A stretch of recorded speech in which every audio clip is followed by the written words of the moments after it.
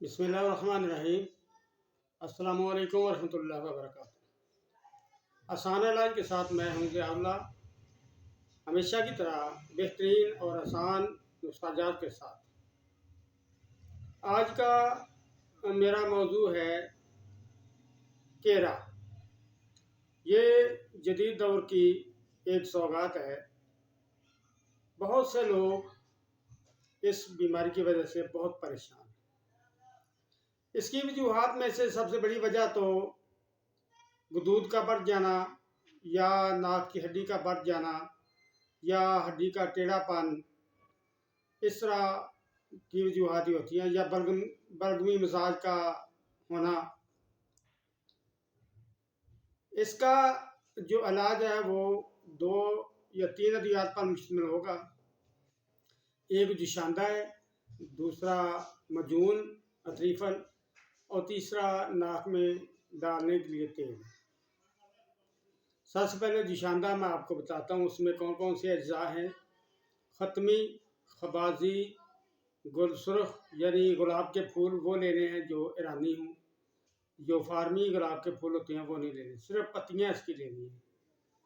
इसके साथ सना मक्की है और गौज़बान, बीदाना, ये तमाम चीज़ें 1-1 ग्राम लेनी है। इनको रात को पानी में भिगो दें और सुबह इसे हल्की आंच पे, 1 गिलास पानी हो, हल्की आंच पे इसे आप पकाएं, और जब नीम गर्म हो जाए तो इसे अच्छी तरह मलें, मल कर उसे पौन लें। उसमें 1 चम्मच शहद मिला लें और चुस्की लेकर आहिस्ता आहिस्ता आहिस्ता आहिस्ता इसे पी लें। इसी तरह शाम को भिगो दें तो सुबह पी लें। सुबह का भिगोया शाम को पी लें।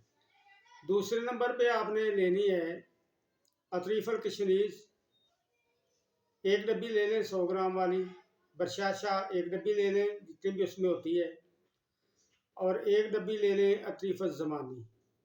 इन तीनों को डब्बी से निकाल कर किसी बर्तन में मिक्स कर लें और फिर उन्हें डब्बियों में डाल लें।